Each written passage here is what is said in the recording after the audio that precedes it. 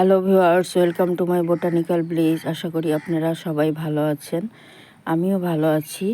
এই যে দেখুন, এই শীতের সিজন আমি লাউ গাছ প্রতিস্থাপন করি। এই যে আমি 1 সপ্তাহ আগে লাউয়ের বীজ রোপণ করেছিলাম, তাতে দেখুন কি সুন্দর লাউ গাছ হয়েছে, পাতাগুলি বড় বড় হয়েছে। এই যে এটার মধ্যে 2টো লাউ গাছ আছে, এটা একটা। আর এটার মাটি আমি তৈরি করেছিলাম 50% বাগানের মাটি, 30% গোবর সার, 20% কোকোপিট দিয়ে।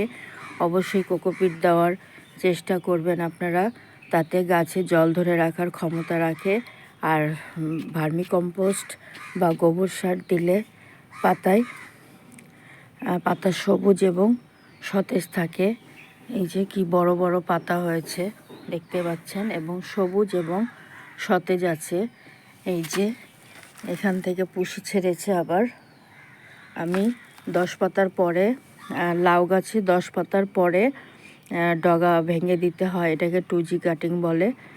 আর তারপরে আবার আরেকটু বড় হলে আবার 2 মাথা থেকে আগা একটু ভেঙে দিতে হয়, তো 3G কাটিং হয়। 3G কাটিং করলে গাছে প্রচুর পরিমাণে স্ত্রী ফুল আসে এবং লাউ ধরে।